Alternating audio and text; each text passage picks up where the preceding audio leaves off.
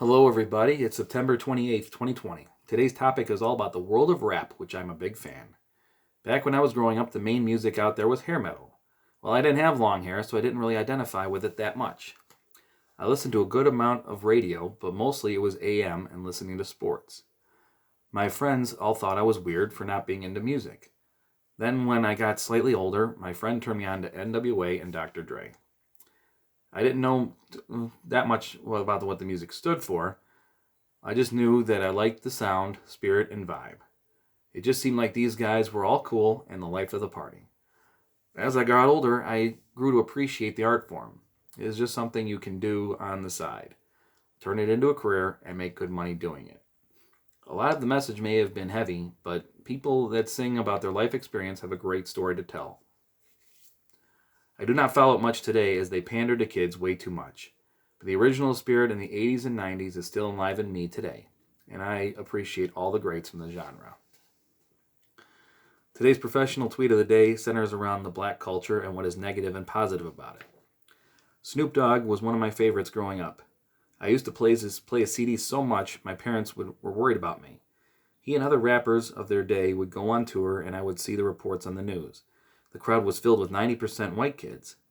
We appreciate the artistry and just loved having a good time. So Snoop, like most actors today, are taking a stand against half their audience. This is the same audience that paid for him to be a millionaire and enjoy the life he has today. I don't mind a difference of opinion, but why do people in Hollywood have to take it so far that they have to alienate us? We're the same people who bought your records as kids. Don't we deserve respect too? I know a lot of people say that you can be racist and still like rap. Well, I guess that's true. However, you don't know me, and you don't know your fan base to make sap judgments on people. You would think that someone in the music industry would know all about that. I hear that they are brutal to their artists and force them to do unspeakable things to stay at the top. But I guess we're all the bad guys here. We'll see how the future plays out. All I know is that I am a Trump supporter and I like rap music. If that makes me wrong, then I don't want to be right. Another great story I heard recently was about the Wu-Tang Clan, the Nation of Islam, and getting kids off the streets. I have to admit this is a hearsay, but if they are standing up for what they believe in without violence and giving kids hope, that is great. We see what happens when misguided kids are allowed to roam free. We want the youth of today to channel their energy into something positive, whatever it is.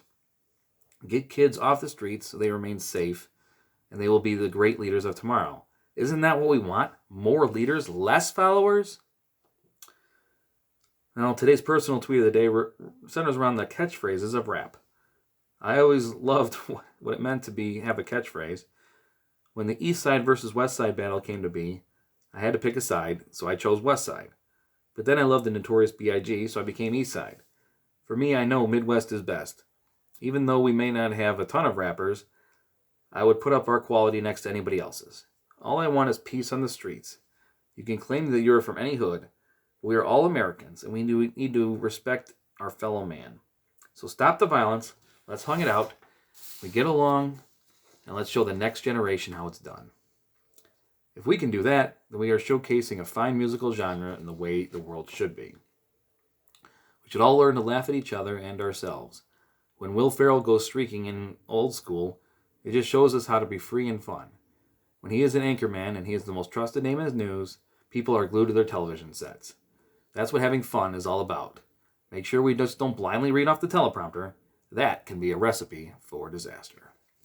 Well, that's it for today. God bless you, and God bless America.